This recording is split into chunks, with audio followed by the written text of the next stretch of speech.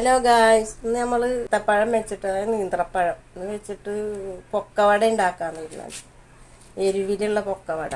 അതിലേക്ക് ഒരു 3 ചെറിയ ഏത്തപ്പഴം, ഒരു സവാള, ഒരു വലിയൊരു കഷ്ണം ഇഞ്ചി, വെളുത്തുള്ളി ഒരു 4 എണ്ണം, പച്ചമുളക് 4 എണ്ണം ചെറുതാട്ടാ, പിന്നെ വേപ്പില, പിന്നെ കാശ്മീരി മുളക് പൊടി, ഒരു മുട്ടയുടെ വെള്ള, മൈദ കുറച്ച്. അതിൻ്റെ അളവ് പറയാൻ കേട്ടാ. ഇതിന് ഒരു കപ്പ് മൈദ കണ്ട, ഒരു 3 സ്പൂൺ അരിപ്പൊടി,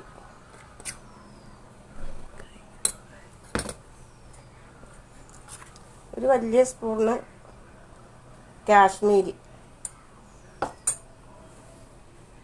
അതേ മുട്ടൻ്റെ വെള്ള അതിലേക്ക് വയ്ക്കണം. പറഞ്ഞാൽ ഇതെല്ലാം കൂടെ നമ്മൾ അതിലേക്ക് ചേർക്കുക.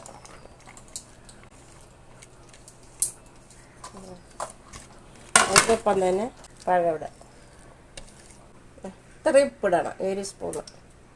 ഒരു സ്പൂൺ ഇത്രയും പഞ്ചസാര, ഇത്രയും വേണം. വെള്ളം ഈ സ്പൂണ് 2 സ്പൂണ് വേണമെന്നുണ്ടെങ്കിൽ കുറച്ച് വയ്ക്കുക. നമ്മളിപ്പോൾ ഈ ഉള്ളിവടയൊക്കെ ചേർത്തൂല, അതുപോലെ തിരുന്നാൻ കുഴഞ്ഞിരിക്കണം. ഇപ്പോൾ ഇതേ പരുവായി അല്ല, ഇങ്ങനെ തോണ്ടിയിട്ട് എണ്ണയിൽ പോയി ചൂടായുമ്പോൾ എണ്ണയിലേക്ക് ഇങ്ങനെ ഇട്ട് കൊടുത്താൽ മതി. അതിലേക്ക് ഇച്ചിരി കറി മസാലപ്പൊടി ഇടുന്നുണ്ട്, ഒരു സ്പൂണ് ചെറിയ സ്പൂണിന്. ഇതേ പൊക്കവട നമ്മളിങ്ങനെ എങ്ങനെ എടുക്കണം,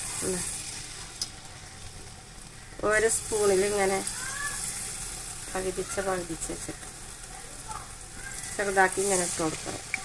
ചൂടായ എണ്ണയിലേക്ക് ഇതുപോലെ ഇട്ട് കൊടുക്കുക.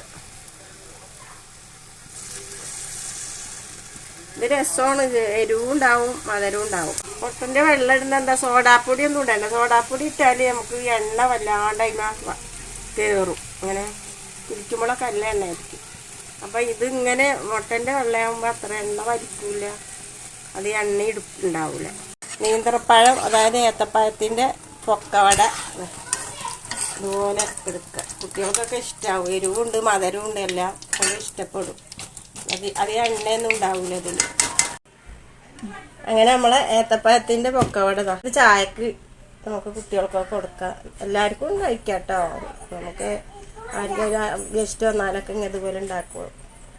ഇത് ഇഷ്ടപ്പെട്ട എല്ലാവരും ഇതുപോലെ ഉണ്ടാക്കി നോക്കുക.